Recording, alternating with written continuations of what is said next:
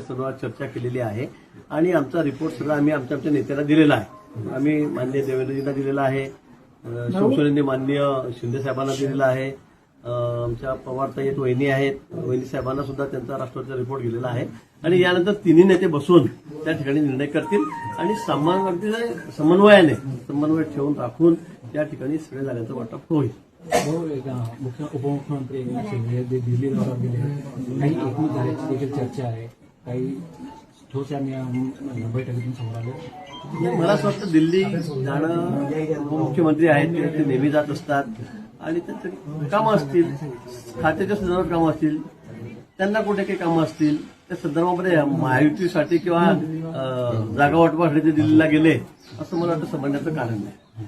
गुलाबराव पाटील यांचे सुपुत्र जे ते देखील मैदानात असल्याची चर्चा आहे. काय वाटतं जळगावसाठी पेज जो आहे ते मोठ्या प्रमाणात निर्माण नाही. गुलाबभाऊंचे जे चिरंजीव आहेत प्रताप पाटील यांनी सुद्धा मागणी केलेली आहे. गुलाबभाऊंनी सुद्धा मुलासाठी तिकीटाची मागणी केलेली आहे. ही वस्तुस्थिती आहे. पण आता जागा वाटपामध्ये 17 जागा आहेत, त्यामध्ये कशी वाटप होते हे वरिष्ठ पातळीवर ठरेल. तिकिटाचं वाटप होईल. शिंदे जे आहे ते 7 जागेवर ठाम असल्याचं मानलं जातात आहे. शिंदे जे आहे ते 7 जागांची मागणी करतात, त्यानंतर नाशिक व जळगाव 2 जागा मागतात आहे. मला वाटतं या संदर्भामध्ये मुख्यमंत्री महोदय ते आणि दुसऱ्या मुख्यमंत्री आमच्या वहिनी त्या ठिकाणी बसून निर्णय करतील. अतिशय मी पुन्हा सांगतो की समन्वयाने सगळा हा विषय सुटणार आहे. या संदर्भाने मागणी तर सगळेच युती असली महायुती असली की आम्ही मागणी सगळेच करतो, पण मला असं वाटतं की शेवटी अंतिम निर्णय तिन्ही नेते म्हणून घेतील आणि हा प्रश्न 1-2 दिवसामध्ये सुटेल. काँग्रेस जनता पार्टीला अण्णा हजारेंनी पाठिंबा दर्शवलेला आहे. अण्णा हजारे म्हणतात की आता लोकपालसाठी पुन्हा आंदोलन करावं लागेल. माहिती अण्णा काय म्हणाले काँग्रेस जनता पार्टी भाऊ, पण मी अण्णांची लवकरच भेट घेणार आहे. बरेच दिवसापासून माझी त्यांची भेट नाहीये. मी त्यांना अजूनमधून नेहमी भेटत असतो, पण गेल्या वर्षभरापासून माझी त्यांची भेट नाही. मी बहुतेक या 1 आठवड्यामध्ये अण्णांची भेट घेणार. भाऊ, आपल्या इथं आपल्या निवासस्थानी या ठिकाणी खासदार आमदार यांची बैठक झालेली आहे. आपल्या उमेदवाराच्या देखील चर्चा या ठिकाणी कुठेही उमेदवाराच्या नावासंदर्भामध्ये चर्चा झाली नाही. आपल्याला कल्पना आहे. आमचे नेते वरिष्ठ नेते ॲडव्होकेट शिवाजी सोनार कालच त्यांची डेथ झालेली आहे. ते आज आमच्यामध्ये नाहीये. काही थोड्याशा आजारामुळे त्यांचा मृत्यू झालेला आहे आणि त्यांना सावरण्यात ठेवण्याचा कार्यक्रम या ठिकाणी होता आणि म्हणून सगळेच भाजपचे सगळे जिल्हाभरातले कार्यकर्ते पदाधिकारी आमदार खासदार सर्वजण या ठिकाणी आलेले होते आणि इथे आल्यानंतर मग मी चहाला आम्ही सगळेजण एकत्र बसलेलो होतो. त्या संदर्भात कुठेही उमेदवार ठेवण्याच्या संदर्भामध्ये किंवा विधान परिषद निवडणुकीच्या संदर्भामध्ये कुठे आमची बैठक झालेली नाही. भाऊ, एकंदरीत गुलाबराव पाटील आहे आणि किशोर पाटील यांच्या दोघांच्या पुत्रांसाठी ते तिकीट मागण्याची केली आहे. शिवसेनेमध्ये 2 गट असल्याची देखील चर्चा आहे तिकिटावरून. नाही, ते असेल तर ज्याचा त्याचा अधिकार आहे. कोणी तिकीट मागावं कोणी मागू नये हा ज्याचा त्याचा अधिकार आहे. त्याचा तो मागावा, पण अंतिम निर्णय आमचे पक्षनेतेच त्या ठिकाणी घेतील. राज्यातला तिढा सुटत नाही. विधान परिषदेचा म्हणून उपमुख्यमंत्री दिल्लीकडे रवाना झाले. दिल्लीमध्ये हा सगळा तिढा सुटेल असं सांगितलं जात आहे. मला नाही वाटत मान्य उपमुख्यमंत्री दिल्लीला कशासाठी गेले काय गेले, पण मला नाही वाटत की विधान परिषद जागांसाठी ते त्या ठिकाणी जातील. इथेच मान्य मुख्यमंत्री महोदय आणि ते दोन्ही उपमुख्यमंत्री समन्वयाने हा विषय सोडवतील. नाशिकच्या कारागृहामध्ये जामिनावर सुटलेल्या कैद्यासोबत कर्मचाऱ्यांनी दारूची पार्टी केल्याचा व्हिडिओ व्हायरल झालेला आहे. नाही, गंभीर आहे. असं जर असेल कुठे केलेलं आहे? पार्टी कुठे केली? मध्यवर्ती कारागृहामध्ये नाशिक आतमध्ये नाही, या संदर्भात मला माहिती नाही. पण असं जर असेल तर निश्चित त्याची चौकशी होईल आणि अतिशय कडक अनुशासन कठोर कारवाई संबंधित कर्मचाऱ्यांवर होईल. भाऊ, हा तिढा कधीपर्यंत सुटणार आहे जळगावचा किंवा नाशिकचा तिकीट? जळगाव नाशिक नाही, पूर्ण महाराष्ट्राचा तिढा आहे. त्या ठिकाणी सगळेच मागतायत. संख्याबळावर सुद्धा काही ठिकाणी मेरिटवर आम्ही सुद्धा तिकीट मागतो आहोत. पण मला वाटतं आता उद्यापासून फॉर्म भरायला सुरुवात झालेली आहे. भाऊ, सिल्लोडमध्ये आणि 1-2 दिवसामध्ये हा तिढा सुटेल. 40 आमदार जे आहेत शिंदेचे ते भाजपच्या संपर्कात आहे. रोहित पवारांनी असा दावा केलेला आहे. रोहित पवारांना नेहमी स्वप्न पडत असतात, ते रोज काही ना काही सांगत असतात. त्यामुळे मला त्यांच्याबद्दल काही बोलायचं नाही. शिवसेनेचा एक मेळावा पार पडला सिल्लोडमध्ये. त्यात अब्दुल सत्तार आणि संजय शिरसाट यांच्यात पुन्हा शाब्दिक चकमक जी आहे ती आपल्याला बघायला मिळाली. ठीक आहे, तो शिवसेनेत त्यांचा पक्षांतर्गत तो विषय आहे. झाला असेल त्याच्याबद्दल ठीक आहे. पक्षामध्ये काही मतमतांतर असू शकतात, त्यामुळे त्यांचा वाद झाला असेल. त्याचे वरिष्ठ नेते आहेत शिंदे साहेब, ते या संदर्भामध्ये काय त्यांना समज देतील किंवा निर्णय करतील.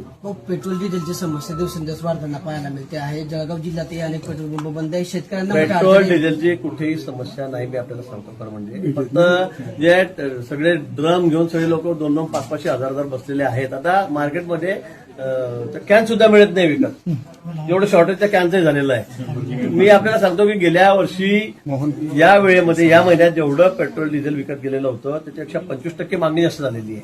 25% मागणी. आता कसं काय एवढं पेट्रोल डिझेल कसं काय लागतंय?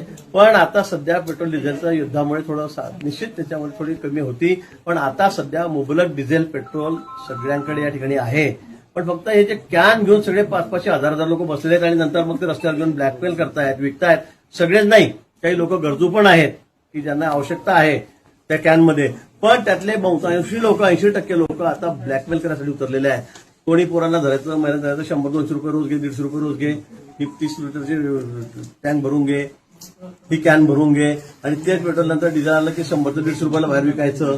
हा सर्रास धंदा लोकांचा चाललेला आहे. मला वाटतं जर या कॅन वगैरे बंद केल्या तर हा सगळा विषय सुरळीत होणार आहे. जिल्हाधिकारी, कलेक्टर यांनी हा निर्णय घेतलेला आहे. जळगावमध्ये सगळ्या ठिकाणी वाहनाची लाईन अतिशय सुरळीत चालली आहे. आमच्याकडे पण आपण बघा की या ठिकाणी सगळ्या वाहनांना मुबलक डिझेल, पेट्रोल हे मिळत आहे. पण फक्त साठेखोरी आणि त्याच्यामध्ये ते करून काही लोक जे आहेत धंदेवाईक ते ब्लॅकमेल करतायत. हे नाही झालं तर कुठेही तुटवडा नाही. काही लोकांना पण शेतकऱ्यांना खरा त्रास होतोय. आपण जर गावामध्ये बघितलं तर रात्री शेतकरी मुक्कामी थांबलेले होते रांगेमध्ये नाही, खरं आहे. काही लोकांमुळे ज्यांनी अगदी धंदाच मांडलेला आहे या विषयाचा. मी तुम्हाला आता माझ्यासोबत चला, मी तुम्हाला दाखवतोय ते लहान पोरांना उभा करून दिलेलं आहे. काय त्यांचा संबंध आहे डिझेलशी? काही डिझेलशी कुठे त्यांचा संबंध नाहीये. पण लहान लहान मुलं, अतिशय गरीब घरातले, आम्ही सगळ्यांना ओळखतो, महिला गरीब रोजंदारी करतात, त्यांना सुद्धा उभं करून टाकलं लाईनीमध्ये. त्यासाठी त्यांना डिझेलचं कामच नाहीये. पण काही ठराविक लोक पाठवतात, त्यांना 100 रुपये देतात, ती कॅन ताब्यात घेतात, तीच भाव 1.5 भावाने विकतायत. हे योग्य नाही मला असं. त्यामुळे शॉर्टेज आहे, कृत्रिम शॉर्टेज आहे. तसं खरं म्हणजे कुठेही डिझेल पेट्रोलचं शॉर्टेज नाही. मागच्या वर्षी जेवढं डिझेल गेलं त्याच्यापेक्षा 1.25 पट जास्त, 25% जास्त डिझेल हे या वर्षी लोक खरेदी आहेत. मग कुठे चाललंय डिझेल एवढं? भाऊ विधान परिषद जे उमेदवार पराभूत झाले होते दिलीप खोडपे, ते आता विधान परिषदेसाठी महाविकास आघाडीकडून निवडणूक लढण्याची चर्चा बोलली जाते. शुभेच्छा.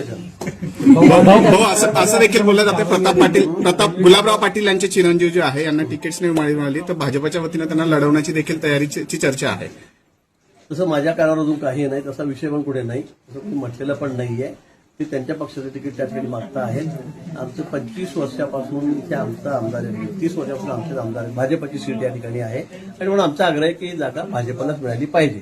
अजून उमेदवार आमचाही ठरलेला नाही, पण ही जागा निश्चित भाजपला मिळावी यासाठी आम्ही आग्रही आहोत. कारण गेल्या अनेक वर्षापासून ही जागा आम्हीच लढतो, आम्ही निवडून येतो. उमेदवार कोण असणार? भावी उमेदवार कोण असणार? अनेक जुने कार्यकर्त्यांना असेल का किंवा अनेक लोकांची मागणी आमच्याकडे 10 लोक मागतायत. भाऊ वांद्रे गरीबनगरमध्ये रेल्वेच्या जागेवर अतिक्रमणाची कारवाई झाली. वांद्रे गरीबनगरमध्ये रेल्वेच्या जागेवर अतिक्रमणाची कारवाई झाली. महायुतीच्या नेत्यांनी कारवाईचं समर्थन केलं. ते केलं पाहिजे. आता शहरं वाढतायत, नाशिकमध्ये सुद्धा कुंभमेळा आहे, तिथे लोक विरोध करतायत. पण शहरं वाढतायत, वाहनं वाढतायत. एकीकडे तुम्ही म्हणता की पब्लिक ट्रान्सपोर्टेशन, प्रायव्हेट किती खराब झालेलं आहे, किती वेळ लागतोय, किती ट्रॅफिक जाम होतोय, आणि अतिक्रमण काढलं की लगेच ते का काढलं हे प्रश्न तुम्ही विचारतायत. आता तुम्ही सरकारी जागेवर सर्रास रस्त्याने जर अतिक्रमण केली तर मला वाटतं ती एक दिवस काढावी लागणार आहे. वाढती लोकसंख्या, वाहनाची संख्या किती वाढते हे आपण बघतात. आणि मग आपल्याला लोकांना सेवा द्यायची आहे की नाही, का सगळ्या दूर फक्त अतिक्रमणच करायची आहे? भाऊ पण अनेक कुटुंब जे ते बेघर झाले त्यासाठी काय काय करायचं? पाठपुरावा करणार आहे का? मग काय करायचं? त्यांना काही पर्यायी जागा उद्या आता सगळे राज्यातले लोक मुंबईमध्ये बसून गेले रस्त्यावर, मग काय करणार? कारवाई एवढी मला वाटतं ज्यांचं नियमानुसार आहे त्यांना कोणी हात लावणार नाही. पण दररोज जर झोपडपट्ट्या वाढत असतील, दररोज लोक रस्त्यामध्ये जाऊन बसत असतील, त्यांचं करायचं काय? तुम्ही एकीकडे मुंबईचं ट्रॅफिक जाम झालं की तुम्ही सांगणार काय तुम्ही मुंबईकडे लक्ष येत आहे, काय करतात, पुण्यामध्ये काय करतायत, नाशिकला काय करतायत. पण मला वाटतं दिवसेंदिवस अतिक्रमण करण्याची संख्या सुद्धा वाढत चाललेली आहे. बाहेर राज्यातून लोक येत आहेत, अनेक ठिकाणी येत आहेत. सगळे मुंबईसारख्या ठिकाणी सगळे लोक जाऊन त्या ठिकाणी बसत आहेत. पण कुठे जागा मिळते झोपडपट्ट्या करतात. मला वाटतं हे सुद्धा चुकीचं आहे. दोन्ही बाजू आपण तपासून बघितल्या पाहिजे. भाऊ मग परप्रांतीयांची संख्या वाढल्यामुळे झोपडपट्टी वाढते असं वाटतं का आपल्याला? निश्चित ते पण आहे, ते पण आहेत ना. मग कोणाची आहेत? मग कोण मुंबईवाले लोक थोडी झोपड्या लावतात परत त्यांच्या तिथे. लोक बाहेरून जात आहेत, आणि मुंबई शेवटी आर्थिक राजधानी आहे, प्रत्येक माणूस ते कामासाठी जातो आहे, हे खरं आहे. पण तुम्ही आता कुठेही घरं बांधाल, कुठेही झोपड्या टाकाल सरकारी जागांमध्ये, मग पुढे मग काय करायचं? रेल्वे चालेल कशी? ट्रॅफिक कशी सुरळीत होईल? हे आपलं मोठं कामच आहे. पण काही ठिकाणी तिकडे बांगलादेशी मोठ्या संख्येनं देखील पाहायला मिळतं. पोलिसांनी देखील त्यांना आहे, त्यांच्यावर कारवाया चालू आहेत. बांगलादेशी आहेत, मोठ्या संख्येमध्ये वेगवेगळ्या शहरांमध्ये विखुरलेले सुद्धा आहेत आणि त्यांना हुडकून काढण्याचं काम पोलीस यंत्रणा करते. कलेक्टर म्हणजे शासकीय पातळीवर केलं जात आहे आणि अनेक लोक त्यात आढळून आलेले आहेत. आणि म्हणून मला असं वाटतं की आपण थोडंसं दोन्ही बाजू बघितल्या पाहिजेत. एकीकडे ट्रॅफिक क्लिअर झालं पाहिजे ना, अतिक्रमण बसलंच पाहिजे, हे असं शक्य होणार नाही. मग कार्यकर्त्यांना डावललं जातं नेहमी निवडणुकांमध्ये. गुलाबराव पाटलांचे चिरंजीव त्यांना उमेदवारी दिल्यावर लोकांमध्ये चर्चा आहे की कार्यकर्त्याला का उमेदवारी दिली जात नाही, राजकारण्यांच्याच घरात का उमेदवारी घराणेशाहीचा खूप घराणेशाहीचा आरोप होतोय. ठीक आहे, तर तो त्यांचा प्रश्न आहे. त्यांनी कोणाला तिकीट मागावं, काय मागावं, काय नाही मागावं, हा त्यांचा प्रश्न आहे. त्यांच्या पक्षाचा प्रश्न आहे. कोण तिकीट देणार आहे, नाही देणार आहे. आता आमच्याकडे जेव्हा जागा सोडेल तेव्हा तो आमचा प्रश्न राहील. कोणाला द्यायची. मंत्री गुलाबराव पाटील आज मुंबईला तातडीनं जाणार आहे आणि आपल्या चिरंजीवाच्या तिकिटासाठी त्या शिंदे साहेबांकडे हट्ट करणार आहेत. मी सुद्धा तातडीने दिल्ली निघालो 4:30 मला आपल्या माहिती. आता आम्ही आमच्या कामाने पुढे मुंबईला गेलो, दिल्लीला गेलो की तुम्हाला हेच का दिसतंय समजत नाही. मी आता बघा, मी 4:30 तिकीट आहे माझं दिल्लीचं. आता मी निघालो तिकडे 1 वाजला. आता मी दिल्लीकडे निघालोय. मुलासाठी भीती वाटतेही का? पण मी तिकिटासाठी जात नाहीये. पण तिकडे शिंदे पण उपस्थित आहे. मंत्री मुलासाठी भाऊ शिंदे पण उपस्थित आहे. शिंदेना आपण समजावलं जाणार का कुणाला? दिल्लीमध्ये? संकट पोषक आपण आहात. म्हणजे शिंदे साहेब गेले म्हणून मी जातोय तिकडे चांगलं तिढा सोडवणार तुम्ही? माझा विषय वेगळा आहे. उद्या धनगर समाजा आरक्षणाचा संबंधित विषय आहे आणि त्या संदर्भात सुप्रीम कोर्टामध्ये तारीख आहे. संदर्भात आम्ही भेटायला जातो. मग तुम्ही जसं म्हटलं 30 वर्षापासून भाजपची जागा ही आपलं विधान परिषदेची, गुलाब भाऊ म्हणतात की ह्या निवडणुकीमध्ये असेल किंवा कुठल्या निवडणुकीत मोठा भाऊ किंवा लहान भाऊ म्हणून आम्ही निवडणुकीला नाही तर महायुतीच मोठा भाऊ असं आम्ही सांगणार. बरोबर, चालेल. त्यांची मागणी करावी, मला असं वाटतं ते न्याय आहे. मला त्याबद्दल काही अडचण नाहीये. त्यांची मागणी जे रास्ता आहे त्यांनी ती मागणी करावी. शेवटी तिन्ही पक्षाचे नेते मिळून या ठिकाणी निर्णय करतील. यदि प्रतापराव पाटलांना तिकीट मिळालं तर आपण मदत करणार. बघा, महायुतीचं तिकीट ज्याला मिळेल त्याचं आम्ही काम करू आणि त्याला 3/4 मतांनी निवडून आणू.